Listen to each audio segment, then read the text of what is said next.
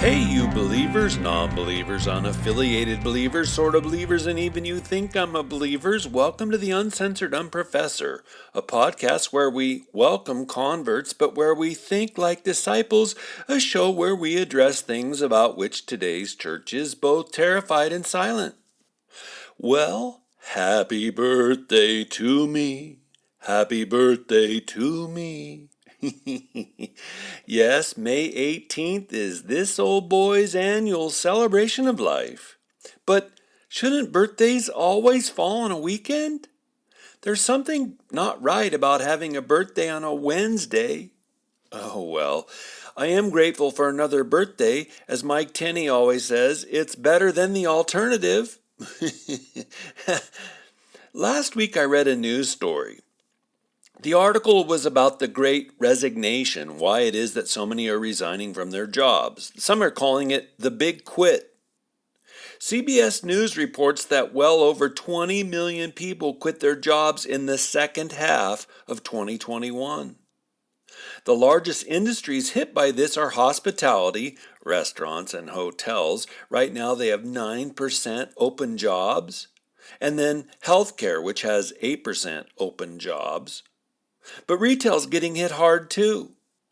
A Microsoft survey of more than 30,000 global workers showed that 41% of workers were considering quitting or changing professions this year. Just what is going on? Well, one factor is the number of baby boomers taking an early retirement. That on its own is interesting given that the great bulk of Americans do not have much either in savings or in a retirement plan, so they're retiring without a whole lot on the table. Are they retiring out of frustration? Is that why they're doing it early, or is it boredom? I don't know. But there are other factors for this trend. Pew Research Center, in a recent survey they conducted, found that it wasn't merely a matter of money, though that was a factor. The other two biggies? Work-life balance and workplace culture. Because of COVID, 2 years of massive chunks of the economy shut down, clear evidence of terminal absurdity. Because of 2 years of that, millions worked from home, and they realized they liked working from home. COVID forced them to take fresh assessment of their own priorities. And then millions of others saw that still millions others were able to work from home, saw that there were benefits about not having to commute to work, retaining more free time owing to that no commute reality. So, just what about workplace culture? Well, a common factor is that workers do not feel valued at their jobs. And I'm going to bet that that's not a new phenomenon. Businesses do, at least 99% of them, businesses do exist to make a profit, so employee soul care and nurture does not likely rate very high among CEOs and CFOs. They just make it about the bottom line, baby. For all that Karl Marx got wrong about reality, politics, economics, and human nature, and he really did get most all of it wrong, he was right that capitalism tends to alienate workers from their work. And yet another article I read noted how a corporate mentality was weighing heavy on people's decisions to leave. People don't like feeling like they're just cogs in the machine. Another bale in the massive haystack, or disposable components in a faceless industry.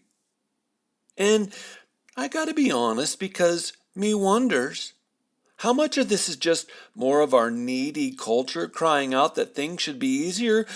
I don't know. I'll let you sift and sort that possibility. But I do know that the faceless corporate culture was a massive soul suck for me at the formerly denominationally owned school where I taught. When I was first hired, we had a small, intimate, relational, community-oriented institution.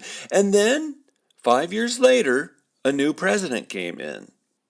She wanted our day-to-day function to exemplify a big-time bureaucratic nature. After all, that was how all the state schools did it, and if we wanted to compete with them, we needed to do it just like they did.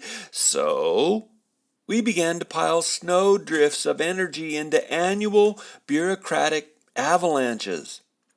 I mean, we had things like memorandums of understanding, MOUs, that became templates for eventually, later, nothing of substance.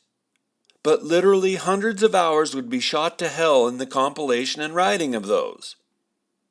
And we had committees that wrote reports for still other committees. Hey, Rebarchek, did you get the memo about memos? Seriously, we would have entire faculty meetings on how, or how not, to send campus emails. As someone who cherishes efficiency and excellence, it all regularly made my head explode. We had reports that were analyzed and codified into pie charts and PowerPoints and data tables. Reports that, once the administrators, air quotes, explained to us what all that data really meant, we would then subsequently see those dissolve into the ether. Obliviate. And then, of course, there were administrators upon staff and staff upon administrators who, well, administrated. My mother told me 25 years ago that the job of administrators is to administrate. And if there's nothing to administrate, they'll dream stuff up. It's a simple matter of job security. Tremendous amounts of institutional money wasted on reports that no one reads and which had no meaningful impact. And what did all that sort of slotch-heavy administrivia do to the life of the community? It sucked it dry. Oh man, when I told two top-tier administrators that their quest to make us competitive through bureaucratic overmanagement to make us competitive with the big state schools, that doing that might actually make us less competitive, since one of the top reasons returning students cited for their retention was our close-knit community, when I told those two administrators that, they looked at me like I had just shouted, "You have no clothes on!" It was remarkable. And me, I began thinking about leaving the institution several years before I actually left. That top-down, soulless, heavy bureaucratic, institutional, dead machine-like dynamic was not the final straw that broke this camel's back, but it was the first one that put leaving on my horizon of possibilities long before I had intended. It was a massive soul suck. So, what to do? I actually think this presents an opportunity for Christian businesses. And yes, profit is a motivation. Ross Seychelles, Chief Personnel Officer at Personio, wisely commented, quote, "When there's a lot of people moving, that costs companies in terms of turnover and lost productivity." And he added, it takes 6 to 9 months to onboard someone to be fully effective. Companies that lose a lot of their workforce are going to struggle with this over the next 12 to 16 months, he said, and maybe much longer. Companies that don't invest in their people will fall behind, end quote. And you know this, but it's not just about profits. It's about representing and mirroring the identity of Christ. It's about treating people with dignity as imago Dei. Again, the way I see it, Christian business owners and CEOs and managers and head pastors are, amid America's big quit, we're being given a chance to mindfully do things, how you say, different? Be different. Find little ways to value your employees. Find ways to be more flexible, more ways to be charitable. Build relationship, extend grace, and all of that, you'll not only be countercultural, you'll be counter-corporate cultural. Show compassion, honor dignity. Several of these big quit surveys reveal that people are often willing to work for less money if they're treated with dignity, if they're valued as human beings and not treated like disposable widgets. We all need to belong. We all need meaningful work and relationship. God created us for meaningful relationship. So dare to be, how you say, different.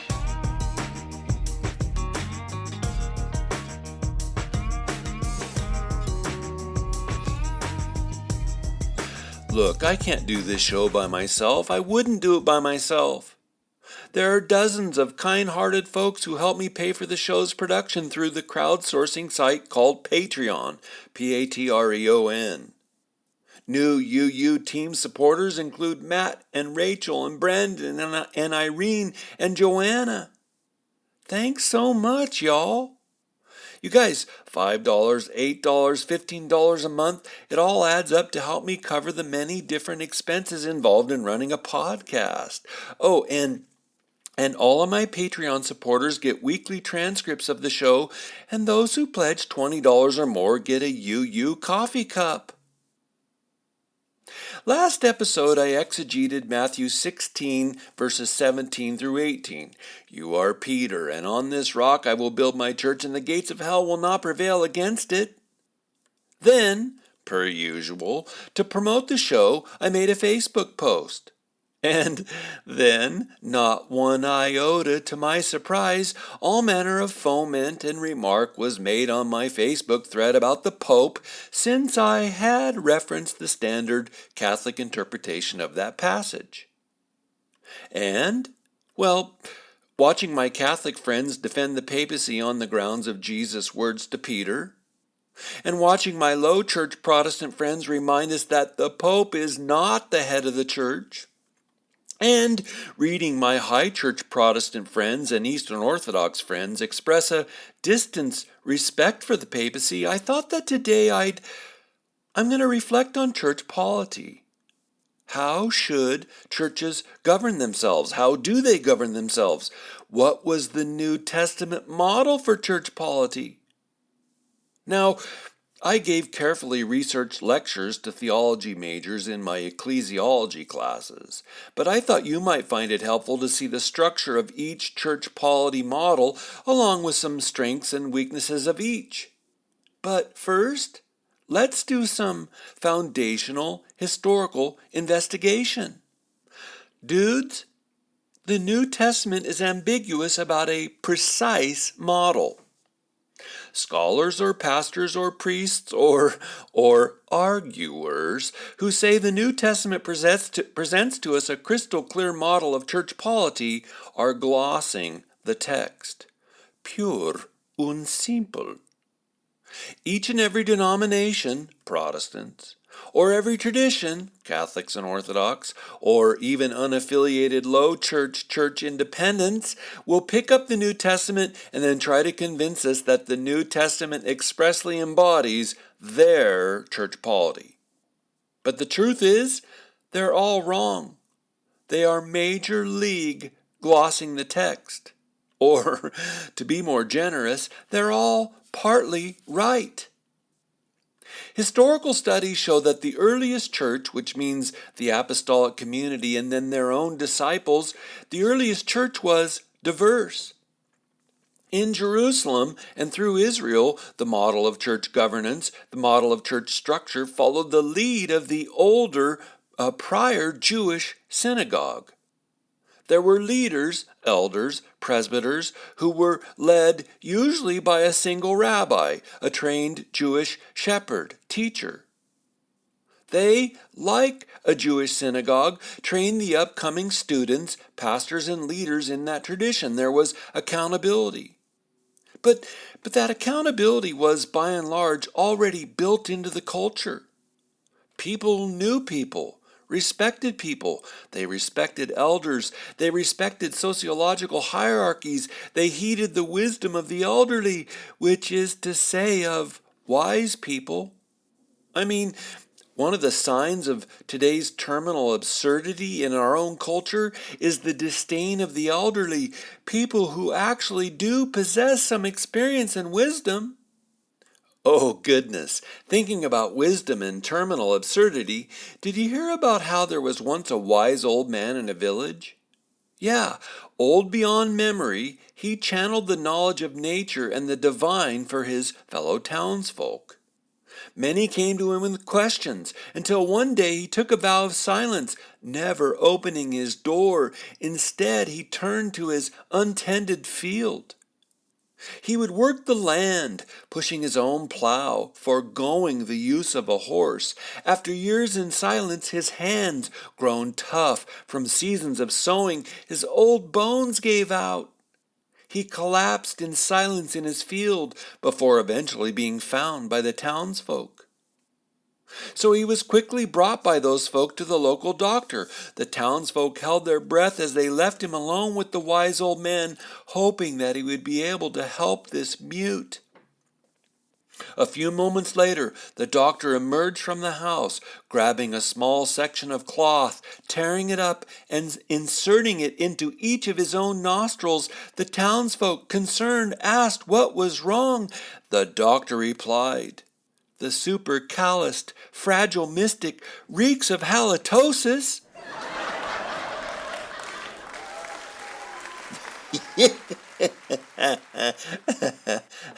Thank you, Upjoke, for that humor. Sorry, let's get back to history. So that Jewish model was going on inside of Israel. Outside of Israel, the models were obviously less Jewish and more charismatic. In those Gentile settings, the leader might be someone prophetically gifted, right? Prophet is someone who speaks the word of God, sometimes as rebuke or correction, sometimes as seeing into the future. But the key here is that the leader was not trained in a Jewish seminary, not trained in a traditional synagogue. He had not even been a Jew learned in the scriptures. No, much more commonly, the church pastor among Gentiles was charismatic in terms of a spiritual gift like teaching, exhorting, encouragement, wisdom, counseling, administration, or that person might be charismatic in terms of a sociological effect upon the community. They recognized the Spirit of God resting upon that individual, so they naturally followed together that person's lead with regard to the governance of the local church. But they were not following a Jewish synagogue model because, they weren't Jewish. And the point is, again, these earliest polities were diverse. There was no one way to govern or lead a local church. And then, as the church expanded throughout the Roman Empire, local churches took the basilica, that local Roman meeting hall, judicial gathering place, that governing headquarters, as the model for their church governance. They had priests and bishops who, like the Roman judges and procurators, led the church. They borrowed from the Roman legal institutional hierarchical system, and the emphasis was on respect and order and uniformity. And it was this model that became the high church, which means Catholic and Eastern Orthodox, dominant model. Dioceses were modeled on Roman areas of jurisdiction by governors and prefects. But even the widespread inculcation of this model took a good 2 to 3 centuries to become the universal small c Catholic norm. So when contemporary scholars or denominational ecclesiarchs, whether they're Eastern Orthodox or Roman Catholic or Protestant, tell us that the, air quotes, biblical way to do church polity is their way, and we're never surprised that it's their way, right? We should realize they are glossing the biblical text. They are overlaying their preferred model back onto the text in a way that appears seamless, except that we know there actually were seams. Oh, and before I move to how those models function today, You guys, you should know that the same was true about the serving of the Lord's Supper. In the ancient world, among those apostolic communities, there was wide, sweeping diversity. It was simply not done the same way in every place. Some celebrated the Lord's Supper as a dinner, some after dinner, some with only wine, some with wine and... Excuse me, Ed. Yuck. Don't you mean juice and tiny crackers? No tiny crackers. It was fermented wine and sometimes only wine, sometimes wine and bread, sometimes only bread. Diversity. And I know that me saying that is going to upset everyone, because everyone thinks that how their church does it is precisely how the apostles did it, but it's not at all that direct or clean. There was diversity. Hey, I am happy to report that the UU webpage is now even more accessible. Is it really worth being that worked up, Ed? I mean, come on, don't oversell it. It's just a web page. Yeah, good point. All right, you can just go to my www.uncensoredunprofessor.com page, and below the picture of my handsome hand holding my published books, you'll see an assortment, a listing, a selection of my series and podcast themes. No more hunting through scores of podcasts, one by each. Nope. If you have a question about something or have a sparked interest in a different topic related to Christian faith or current events, you can see all the series and choose in and through those on the webpage. It's much more easier for you. Now, I did that historical overview for, like I said, for foundational reasons. But another good reason for doing that? You need to extend grace to how other churches do things. Extend some grace for diversity.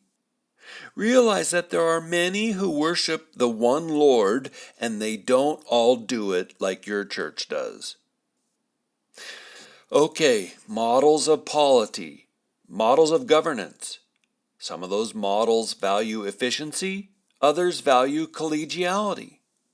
Efficient models work quicker but are more pregnant with abuse. Collegial models help to represent diverse voices, but they're clunky, clumsy, slower models. Each model has its strengths and weaknesses, and across church history there have been three predominant models: Episcopal, Presbyterian, and Congregational. First, let's do the Episcopal. Say Episcopal class, Episcopal teacher.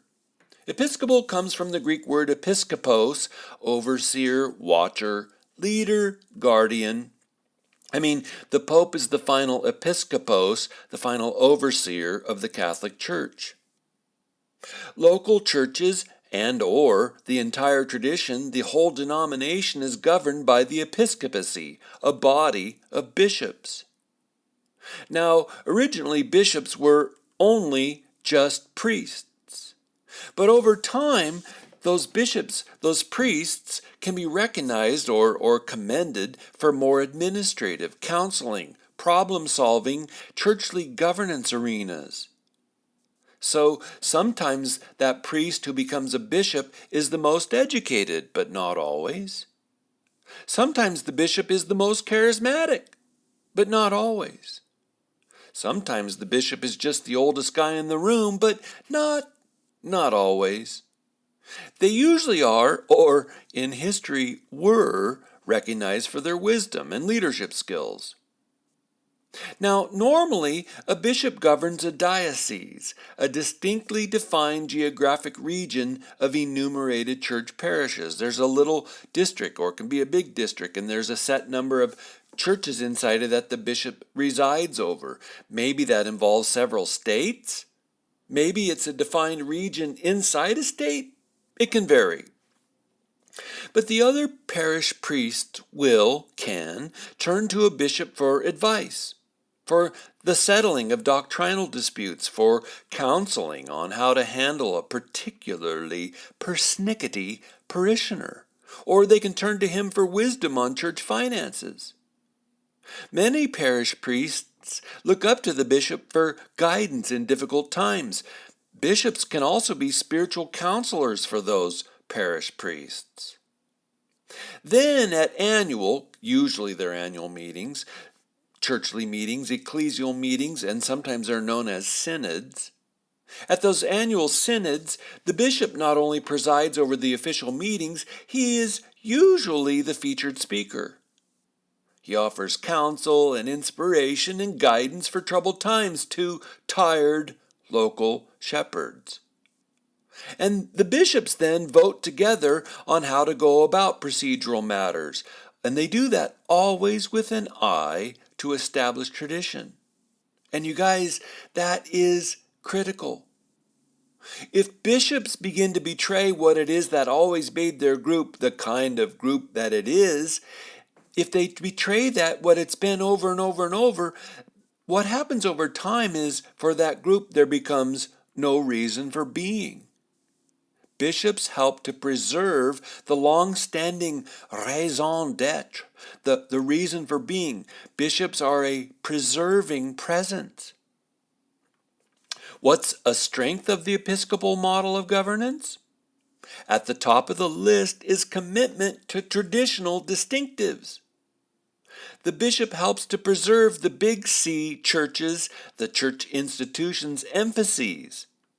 So, for example, the Roman Catholic Church is the oldest institution on the face of the earth. It has outlived all nation states. It's older than all governments. Why? Because they have a massively ardent commitment to their distinctives. The bishopric, which means the office of bishops, the bishopric sees to it that parish priests maintain long-standing traditions and practices and leadership character litmus tests. What other strengths are there in the Episcopal model? Well, historically, the Episcopal model promotes wisdom, promotes the high character of the churches as leaders. But there are other things too. Things like missional efficiency. The bishops help to weed out redundancies and waste. There's organizational unity. The bishops help to weed out rebels and charlatans. There's media communication, which they tend to be able to speak with one voice. The Episcopal model promotes stability. Congregations can change with the culture, but the bishops ensure that the priests are not so whimsical, not fleeting, not so transient as to be driven by every cultural fad that rolls in. And then, of course, there are episcopal weaknesses. And these would include things like the erection and maintenance of local fiefdoms. Because bishops in a given area can become like little dictators. They get entrenched, they know how to manipulate political situations, they know how to apply political or even economic pressure on other bishops and parish priests.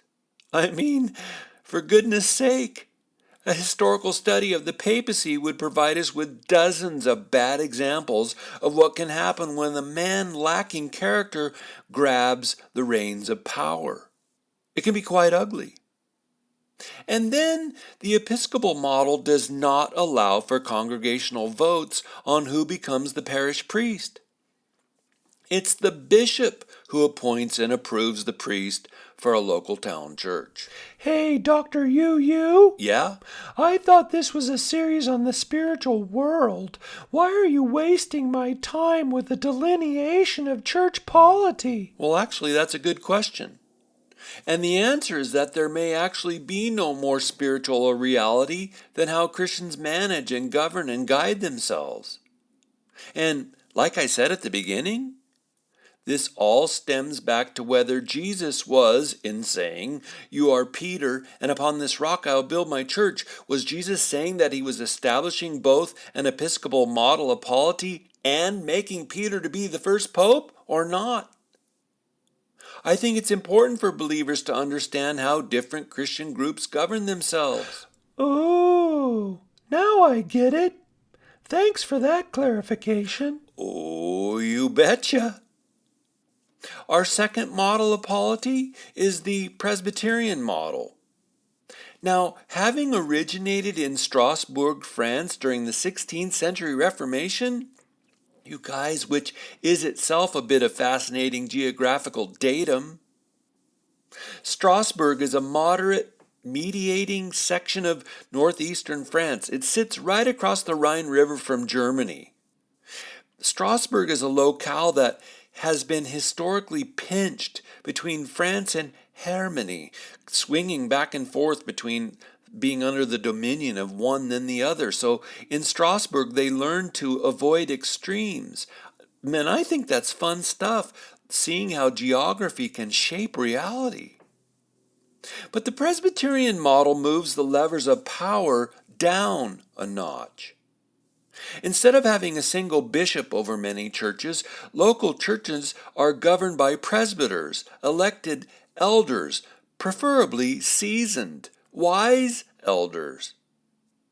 Up at the macro level, say for a country, there are different configurations, but for a Presbyterian denomination, for example, let's note the Presbyterian Church, PCUSA, the largest Presbyterian denomination in America. They have around 2 million people here.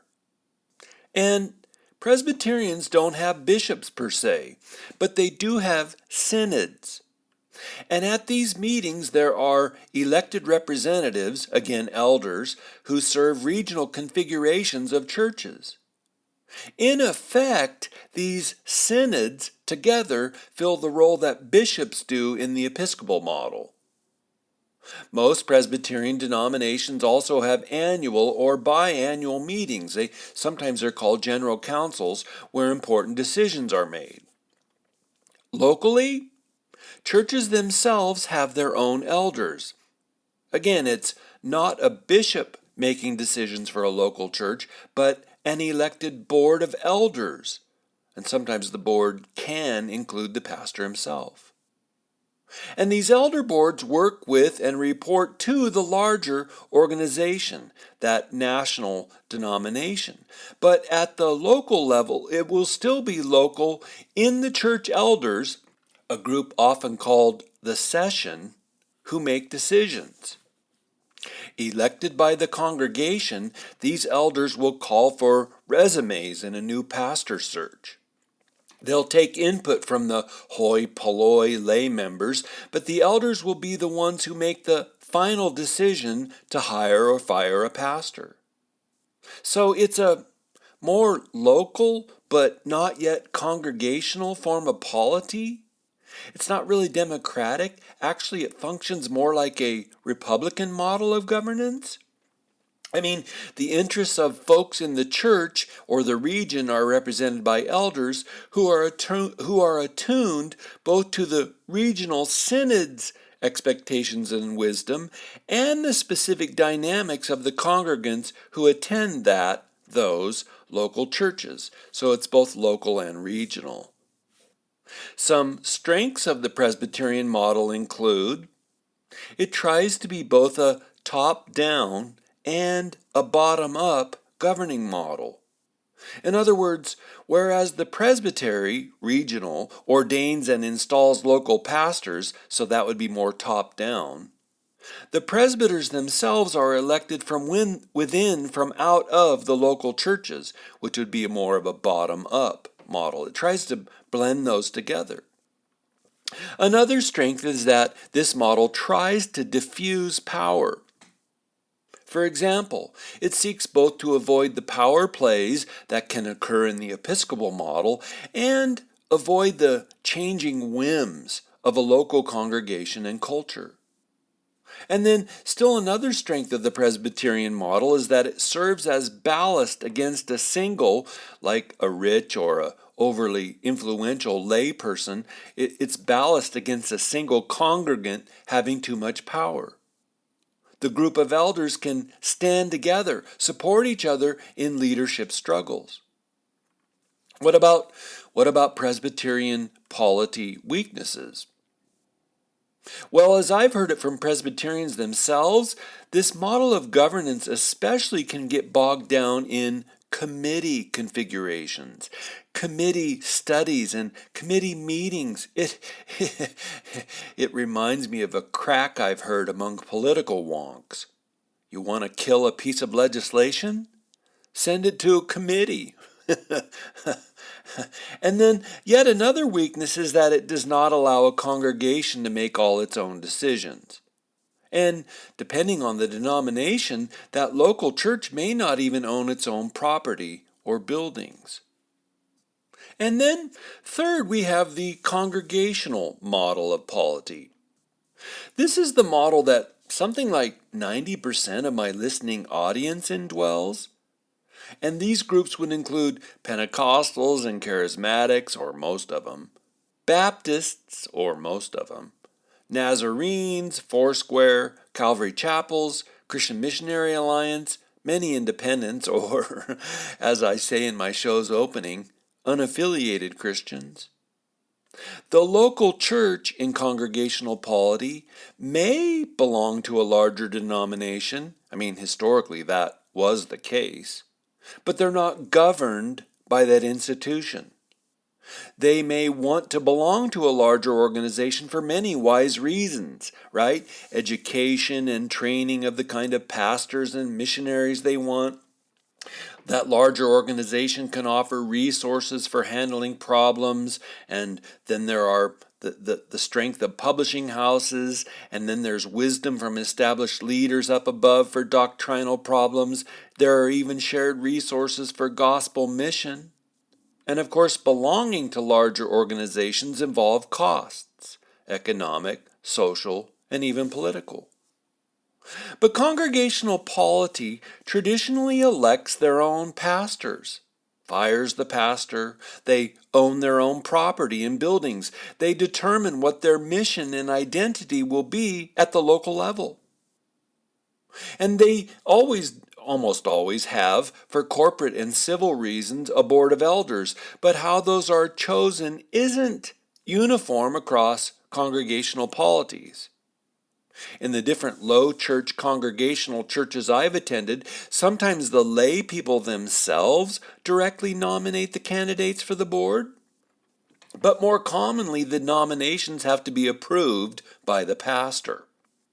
Or in still other, I think less integrity-filled models, the pastor himself will nominate all the candidates, and then the congregation will vote for the winners. What about strengths and weaknesses? Well, the strengths of the congregational model are that it's representative, it's democratic, populist. It all involves the local peeps. Local peeps get to feel like they really do have some say. Another strength is that the congregational model is really highly sensitive and attuned to the local, or in the foreign missionary field, indigenous populist culture. Local churches can speak the lingo. They know the felt needs in a community. And then the congregational model has the strength of being self-contained, self-directed. Congregational churches own their own property, their own buildings. What about weaknesses of the congregational model? They are the most rife kind of polity for church splits. Think about it. I've never heard of an Episcopal model local church split. Sure, they can die out. Yes, they can be, it's pretty rare, but they can be closed down by a bishop when they're no longer viable. But Episcopal model churches don't have nasty splits. Congregational models do. Sadly, way too often. And me, I've lived through 2 nasty congregational splits. It was heartbreaking. Another weakness of the congregational model? Frequently they exist at the pleasure of the dominant culture. Because their goal is not about maintaining traditional historical distinctives, right? The Episcopal model is, and to some extent the Presbyterian model is. The congregational model can change dramatically in one short generation. Again, I've seen that happen in several churches. Or it can change overnight with the presence of a new pastor. That can be really hard on a congregation. And having stated that, we can see why so many congregational churches are going woke. It's true, Episcopal and Presbyterian models do it too, and in every instance they want to play nicey-nice with the culture. They want people to like them. Or, as they would say it, they want to be salt and light for the dominant culture. Now, as Professor Ostring and I discussed it in my episodes number 38, 39, and 40, there is a fine line between cultural accommodation and cultural capitulation. And then a final weakness to note here is that quite frequently, congregational churches are cults of personality. I'm not happy to say that, but think with me, right? I have big admiration for Chuck Smith, the founder of Calvary Chapel, and John Wimber, the founder of the Vineyard, and Rick Warren down at Saddleback. But watch what happens to their churches and the organization when those men retire or die. Almost always, they come unglued. Why is that? Because they were too much of a cult of personality to begin with. So, what to do? Which one's best? Well, best is driven by the telos. The goals, ends, aims, targets, values. As I've shown, some polity models are better at doing some things than others. For me, as a theologian, I'm not an ecclesiarch, which just my saying that causes shrieks o' horror among ecclesiarchs. How dare you not care, Ed? How can you be so smug? How dare you not support our model? As a historical theologian and not an insider denominational wonk, I say, pick your poison. What did you say? Drink your poison? No, Socrates, pick your poison. All models of polity have their flaws. Each model of church polity is only as good as the people inside who lead them. The Episcopal model is great until the bishop supports a secular political warmonger. The Presbyterian model diffuses power until a majority of the synod says, hey, it's time to abandon biblical morality. The Congregational model is collegial until it collapses into a sea of irrelevance because it has decided to compete with the local shopping mall, right? Why go to church if the local church mirrors the shopping mall or the movie theater? Just go to the mall or theater where they do that glitz way better. So, as I say, Socrates, pick your poison. And may I offer you one final reflection from this historical theologian? Please know this. All models have their popes, right? Somebody is in charge. Somebody has the final say. It might be a pope way over in Rome. It might be an influential elder down in Louisville, Kentucky. Or it might be the pastor in downtown Tulsa, Oklahoma. But somebody has the final so-say. Say so? Each model is only as good as the folks who indwell it. Now, why is that? Because we live in a fallen world. And realizing that we live in a fallen world, we recognize that A, we have to keep our eyes on the risen Jesus, not make a cult of personality out of our pastor or bishop, and B, we have to realize that everything this side of eternity is provisional. It's a simple matter of making the best out of a fallen reality until Lord Christ returns to rule as King of heaven and earth. Oh, come quickly, Jesus. My listener, God bless you.